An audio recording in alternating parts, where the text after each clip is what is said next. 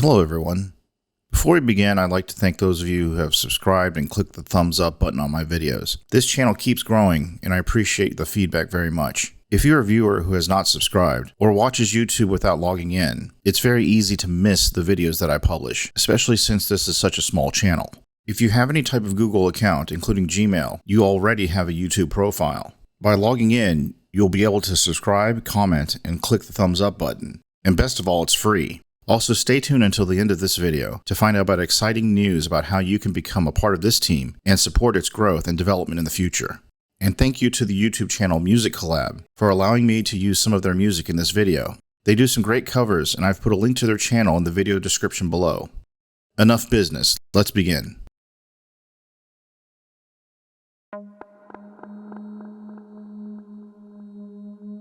Hell has been described as a realm of ash and brimstone with lakes of fire and the overwhelming stench of sulfur and burning sinners. However, if I had to choose a place on Earth that I consider to be the closest thing to hell, it would be the San Francisco Airport's TSA checkpoint in Terminal 2D.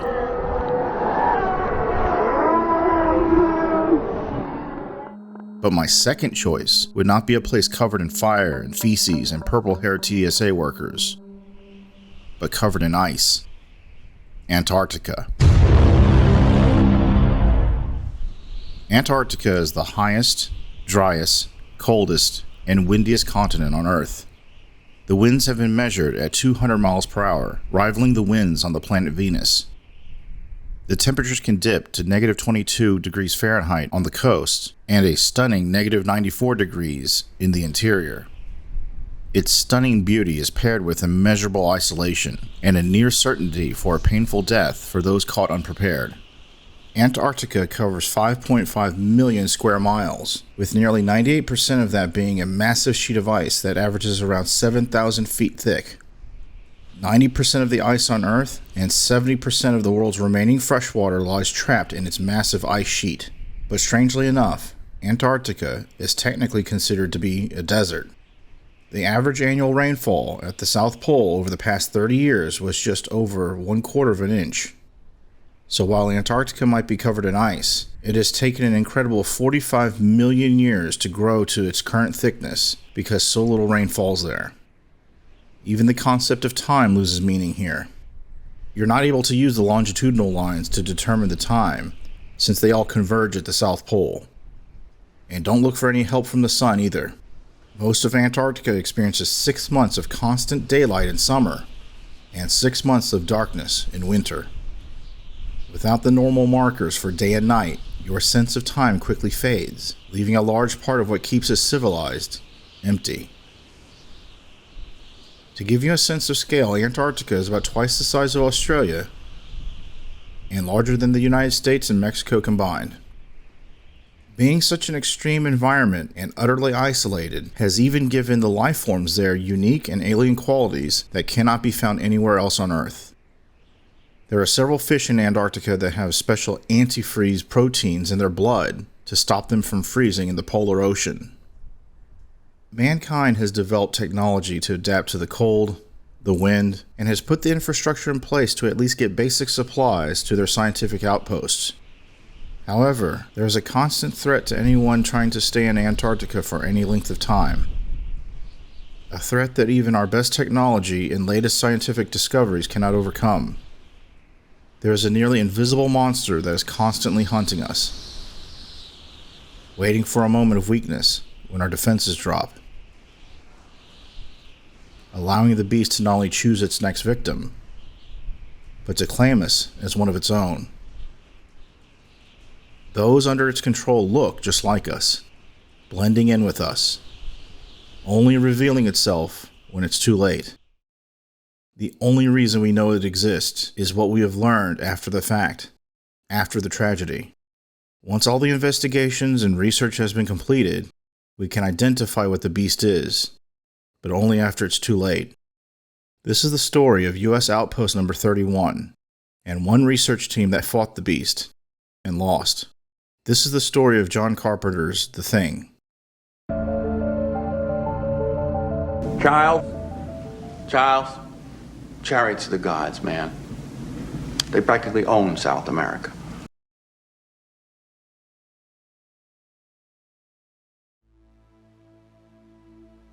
In the spring of 1983, after a lack of communication, including missed regular status of operation check-ins, a rescue team was sent to an American research camp in Antarctica named U.S. Outpost No. 31. What they found there they could not explain. It could only be described as disturbing. The facility had been destroyed by a series of explosions, seemingly set intentionally, in addition to a massive explosion emanating from underneath the main building. Not all the team members assigned to the post were located, but of those found, all of them were deceased. 2 crew members were found frozen to death, which seems to indicate they survived the initial explosion.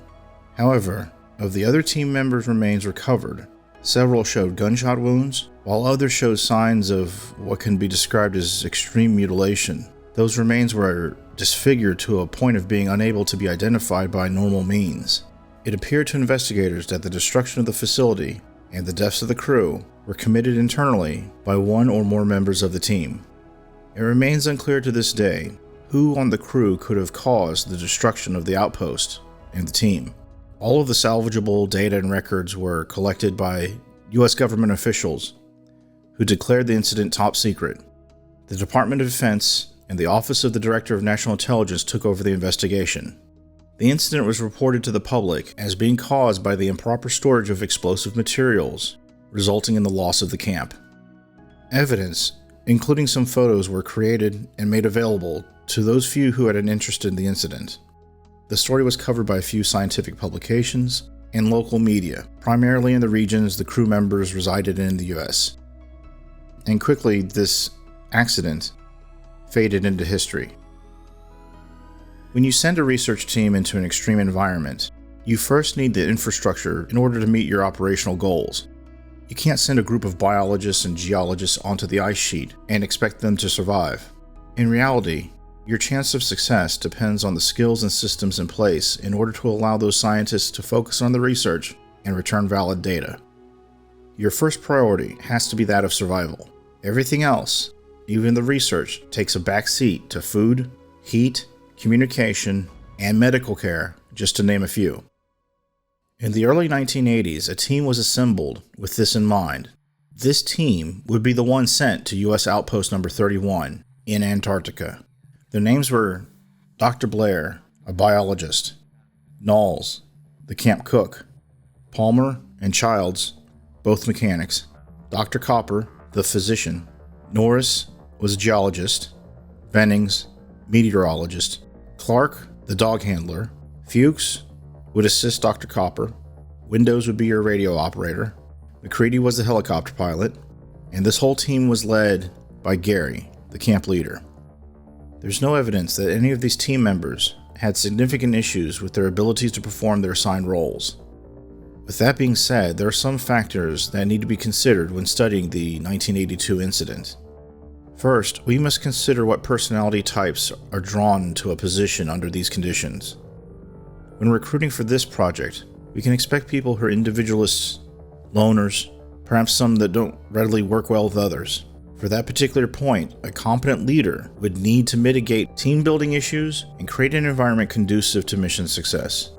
An environment of structure, with clear lines of communication and command, and social systems to monitor and rehabilitate individuals who are not adapting well. Maybe they're becoming more isolated, or maybe they're more prone to disputes with other members.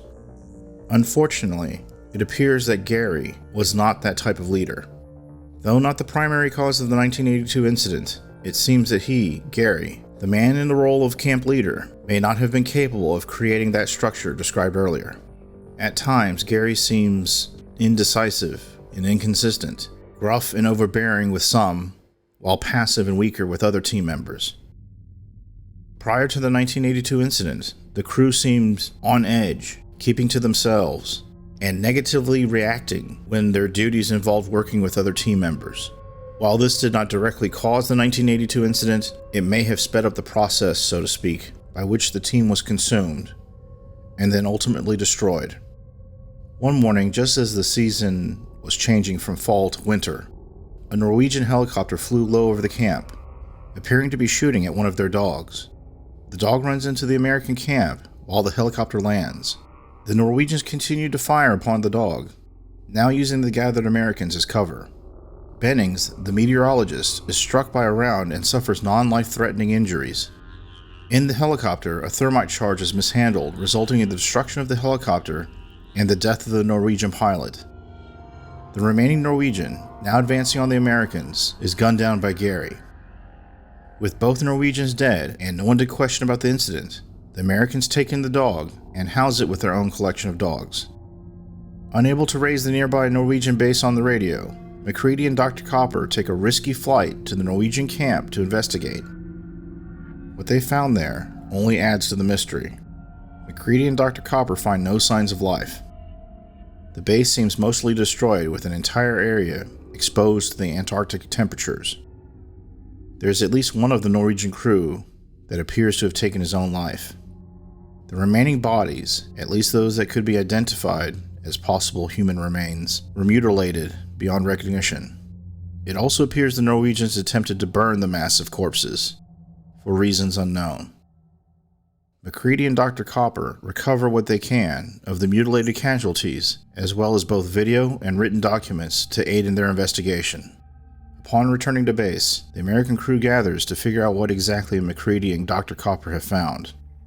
They find within the mass a full set of human organs, relatively undamaged. As for the exterior, it could only be described as multiple humans being torn apart, ripped and pulled away from each other. Skin and bone stretched beyond recognition, only to be interrupted, it seems, mid-process, leaving it a single collection of multiple faces of horror. Perhaps there was some logical reason for what they have discovered. A chemical or radiation incident could have explained some of the tissue damage. Without a clear explanation, but seemingly not in immediate danger, the American crew turns in for the evening. Clark, the dog handler, after several hours of allowing it to mingle with the humans, take the Norwegian's dog into the kennel with the other dogs. Clark immediately notices abnormal behavior in the new dog, but does not report it.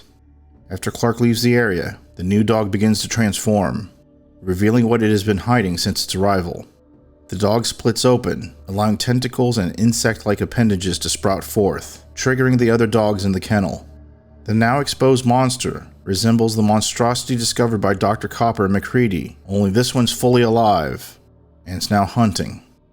This thing reaches out to the other dogs, pulling them into its gyrating center mass, absorbing them. The remaining dogs create such a noise it alerts both Clark, who is nearby, and McCready, who is in the galley.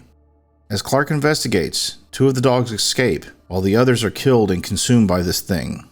By now, the entire crew is witnessing this process take place. McCready orders Childs to torch this monster with his flamethrower. Childs, completely petrified by the horrors before him, hesitates, and this thing seems to split into two beings, one staying in the kennel and the other one escaping through the ceiling. The thing starts coming for Childs, finally snapping out of his horror to let off a burst of flame, which engulfs the part of the thing that's still in the kennel. The crew quickly extinguishes the fire and hauls the now second alien corpse into the med lab for autopsy. Dr. Blair, the camp biologist, performs the autopsy and finally has enough evidence to formulate his theory. This thing is not like us, not like any life on Earth. It consumes other beings, then uses the victim's identity to create a new version, one that acts and appears like the original, but purely inside is this thing. This is how it procreates and spreads. It may be monstrous on the inside, but on the outside, it would be undetectable. At this point, Dr. Blair, who is highly intelligent, is quietly connecting the events of the past 24 hours. He questions Clark about how long the Norwegian dog was roaming, unsupervised, around the camp. He also asks how long Clark was alone with the dog. Dr. Blair continues his research, alone, and keeps all his findings secret, revealing them to no one. Using the aid of some high-tech computers, he develops the projection that, at this point, there is a 75% probability that one or more of the team members are already infected by the thing. He also discovers that if this thing reaches civilization, the entire planet could be infected within a short time after first contact. Dr. Blair's expression quickly changes from one of seriousness to one of slightly more seriousness, as a man of his intelligence knows what the stakes are, and now knows what needs to be done to stop global infection. Again, none of this was reported to the others. Windows, the radio operator, and Bennings, the meteorologist, move the burnt and infected corpse pile found at the Norwegian camp to storage. It seems that, since it's had some time to thaw, the corpse is not quite dead and starts reanimating. This is the last point in time that all of the team members will be alive and accounted for. Outside in the cold, Fuchs, an assistant to Dr. Copper, reveals to MacReady that he thinks Dr. Blair is losing it, or at least is hiding something. Fuchs found his journal and begins reading Dr. Blair's theory, including the fact that the corpses still have cellular activity and are not dead yet. Needless to say, by not revealing this information, Dr. Blair has helped facilitate the destruction of the camp because meanwhile inside the building, Bennings and Windows are finding out the thing they've just moved is not dead yet as well. Windows returns to find Bennings in a bloody mess and partially consumed by the thing. Bennings is the first confirmed infection and casualty at the camp that we are aware of. He would not be the last. The crew chases new Bennings outside and sets him on fire. Gary, the camp leader, is at a complete loss, despite the mounting evidence for what is happening. He seems confused and emotional in a time that his leadership is required. MacReady burns the two remaining corpses, the Norwegian mass and the dog monster. At this point, MacReady has become the de facto leader of the camp. Gary has been ineffective in this crisis, while MacReady has earned the respect of the team members, but we'll get more into that later. Dr. Blair, now putting his secret plan into action, destroys the helicopter, the only means of escape, or freedom. He then destroys the radio room, ranting like a lunatic. It has been discovered that Dr. Blair has been busy. He has killed the remaining dogs and destroyed the tractors. Okay, Blair. Come on, man. You don't want to hurt anybody. I'll kill you! By the power of diabetes, Dr. Blair is able to fight off most of the team, but is eventually subdued. The team is now completely cut off from the outside world until spring. It is clear one or more of the crew is infected, and someone is actively sabotaging efforts to stop the thing from infecting others.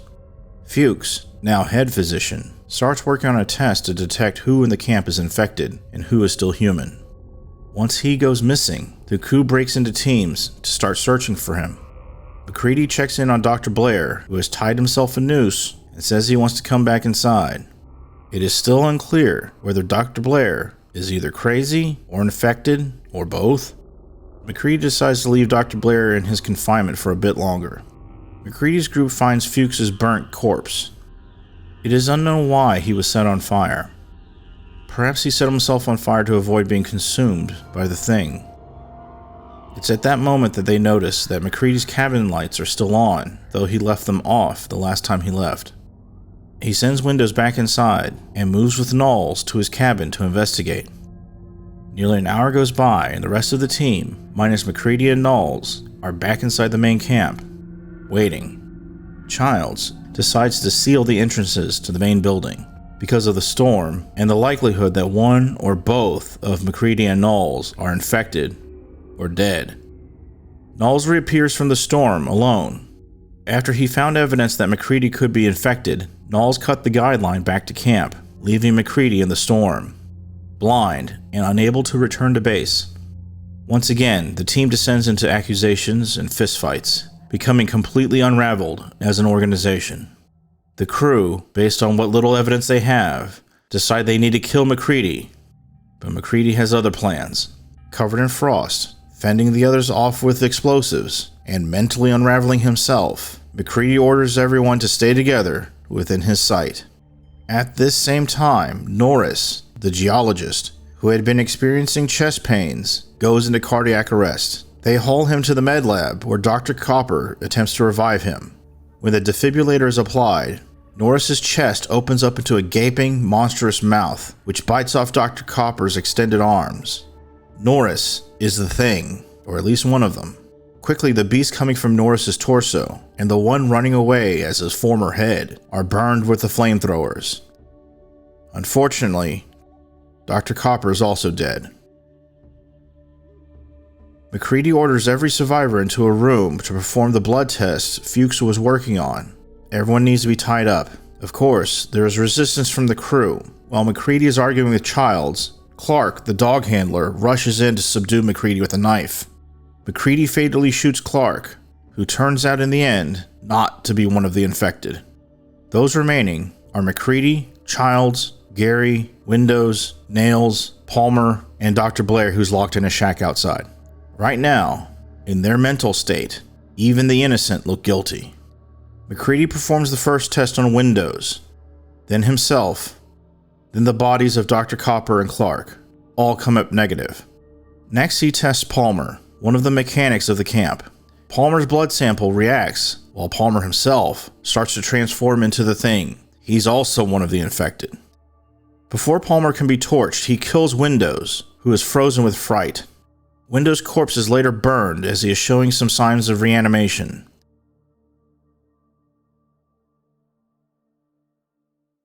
They continue testing. Childs, Nails, and Gary all test negative. At this moment, all of those who are alive are confirmed to not be infected by the Thing. The only one who has not been tested is Dr. Blair, who is still in confinement outside in the storm. When they go outside to give Dr. Blair the test, he has apparently escaped by digging a hole underneath his cabin that he was locked in. In pursuit, they discover Dr. Blair has been building a vehicle to escape in by using parts from the helicopter and other items he's scavenged.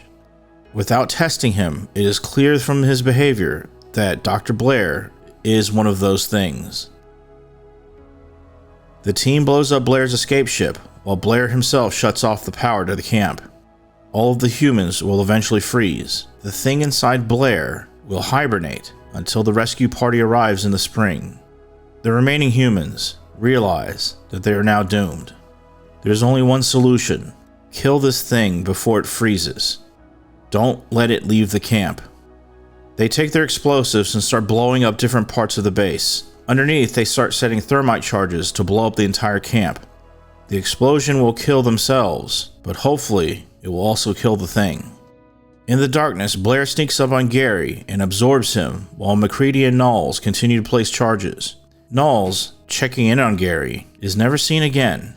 It is assumed that he is consumed by the Thing as well. He was the youngest member of the team. The Thing, having absorbed several victims, has grown in size and chases after MacReady. The entire camp is essentially a bomb waiting to explode. MacReady dodges the Thing and throws his last thermite charge at it, blowing up the entire facility. Fuck you too!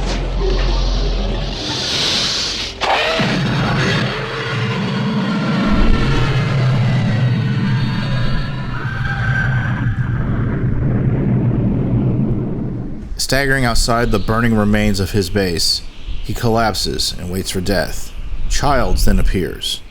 It is unclear where Childs was during the past series of events.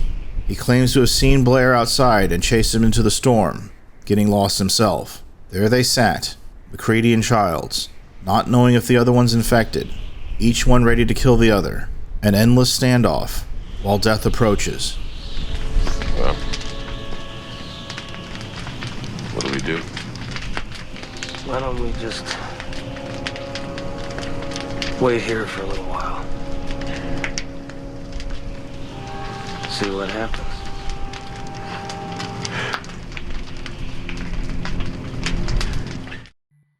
In the end, the fires of the destroyed camp fade. The cold moves in. It is assumed that they both froze to death in that spot. Despite rampant speculation, it is unclear what their fate ultimately was. The Thing from another world is responsible for the destruction of the Norwegian and the American camps. However, the beast I spoke of at the start of this video essay is not the blood and guts monster consuming all in its path. The beast I am speaking of is the weakness of man, especially when put into a situation of isolation, constant dread, inhospitable environment, a weak or combative social framework, and being surrounded by people you cannot trust. In John Carpenter's The Thing, the characters have to face all of these issues at the same time. It appears that before the Norwegian helicopter even appeared over the American camp, there were some problems. Gary is subtly portrayed as, at best, an ineffective leader. At worst, he could be seen as corrosive, insecure, and at least partly responsible for how quickly the team turns on each other. In return, the team seems dismissive and distrusting of Gary, mocking his pistol as a sign of his machismo, questioning his authority. Gary seems rattled by the slightest challenge to his weak grasp of authority. To some, namely the more passive crew members, Windows for example, Gary is brutish and abrasive, almost a bully. With some of the more veteran members, or at least those who stand up for themselves, he is much more passive. Not just giving them a chance to speak, but almost blindly accepting their positions as to avoid conflict. Speaking of Windows, he seems isolated from the group, and there seems to be very little effort to make him part of the team. Dr. Blair, while gruff, and does not communicate with others unless he has to. Perhaps he doesn't trust them, or he thinks they're not on his intellectual level. Palmer seems lost in his own little world. Clark has his dogs, so his interaction with others is limited. Knowles, Fuchs, Norris, and Bennings seem to be just along for the ride, never really expressing their opinion or their own interests. These are the followers. McCready, Childs, and Dr. Copper seem to have the best grasp on life in Antarctica and the conditions that brings. They are also the ones who seem to endure the Thing's attack the best and are the last to fracture and turn on each other. Add all of these personalities together, and the looming threat from the Thing, and the situation between the team members quickly changes from on edge to chaos. We see an almost immediate situation where they turn on each other, break down emotionally, and fight each other over the best course of action. Add in the isolation, the inability to get help, or even to confer with someone else over the radio, and this situation spirals out of control quickly. This situation is likely the best one the Thing could have hoped for. Once they realize what they're up against, Gary immediately realizes he's in over his head, and almost with relief hands over his new pistol and relinquishes command. The other members already looked up to McCready, but this is what put McCready officially in charge. But really at that point, it was all too late. The Thing's claws were already too deep. There was no turning back, nothing to be done to save the team. And though John Carpenter's The Thing is a fictional story, the danger of a fractured team dynamic is a very real threat with very real consequences. For example, on the afternoon of September 9th, 2001, the USS Greenville, an American fast-attack nuclear submarine, collided with a Japanese fishing and training vessel off the coast of Oahu, Hawaii. At the time of the collision, the Greenville was performing emergency surfacing maneuvers for a group of civilian VIP guests that were on board the submarine. Behind schedule, the commanding officer rushed his crew, resulting in the skipping of recommended steps for safe operation. Both the sonar supervisor and the fire control technician of the watch had information about sonar contacts in the area, but the lack of communication meant the commanding officer got either incorrect or incomplete information. Before the surfacing maneuver, the officer of the deck was essentially relieved by the commanding officer, who took over the con, directly steering the submarine without acknowledging that he was doing so. At that point, you had the officer of the deck and the commanding officer giving orders on the bridge.